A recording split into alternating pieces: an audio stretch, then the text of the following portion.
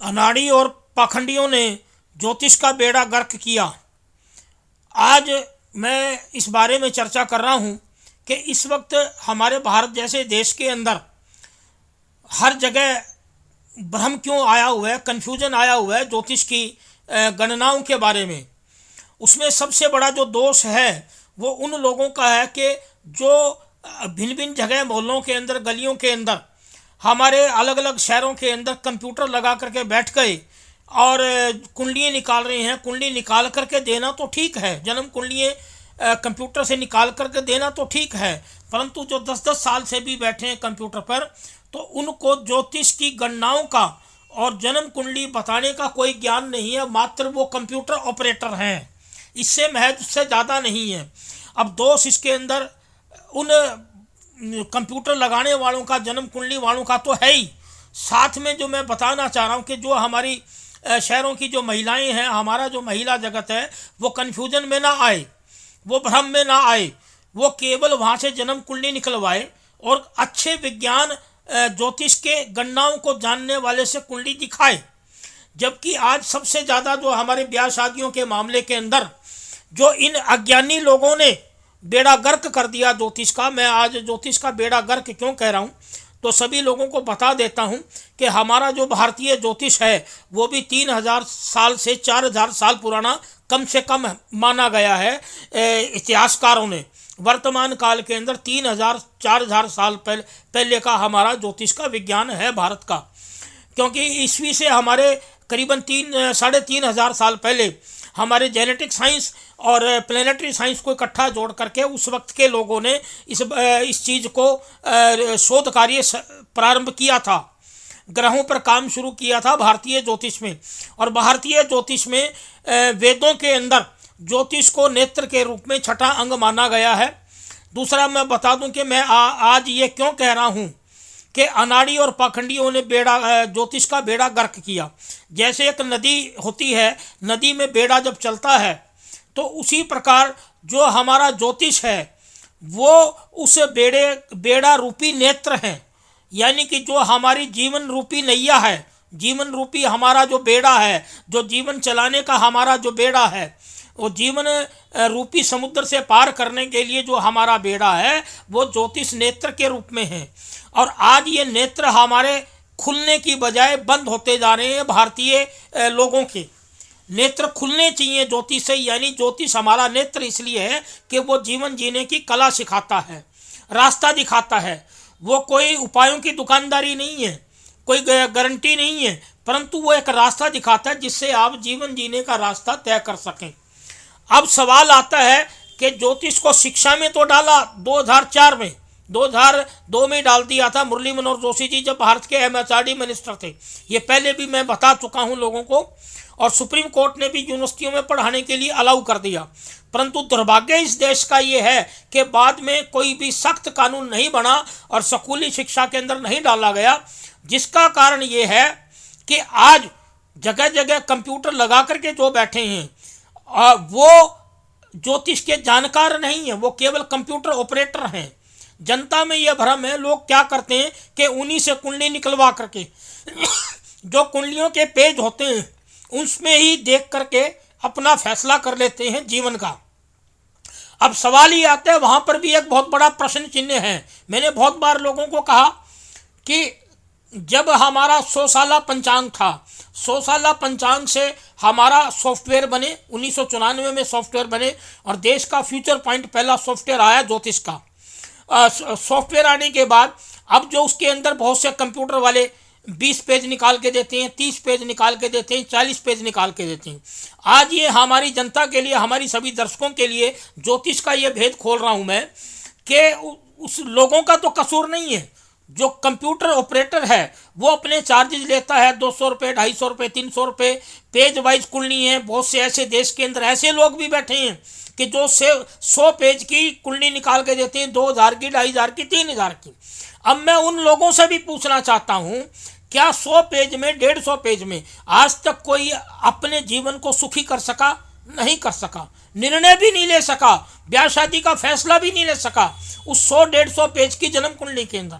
कारण क्या है, उस 100-150 पेज के अंदर वो लिखित आ गया कि रत्न पहरो, ये पहरो, वो पहरो, ये पूजा करो, वो पूजा करो। जबकि ज्योतिष के अंदर मुख्य दो ही चीज निर्धारित करती हैं जीवन को, एक जन्म कुंडली की जो लगन कुंडली, एक लगन कुंडली और एक चंद्र कुंडली।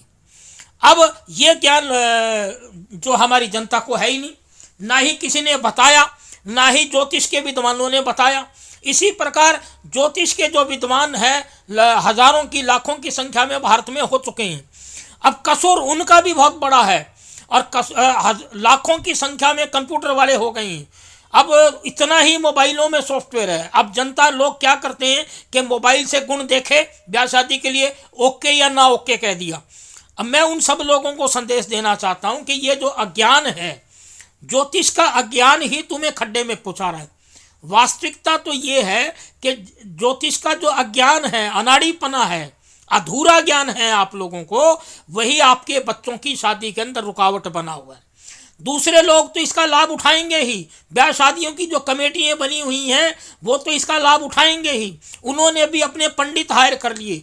अब आज ये जबकि पंडित लोगों का उनका पूजा का संबंध है, कर्मकांड से संबंध है, मंदिरों की सेवा से संबंध है, तो मैं जनता के नाम ये संदेश देना चाहता हूँ कि पंडितों को मंदिरों की पूजा करने दें, कर्मकांड करने दें, परंतु आप लोग तो समझदार हैं, दर्शक इस बात को समझे।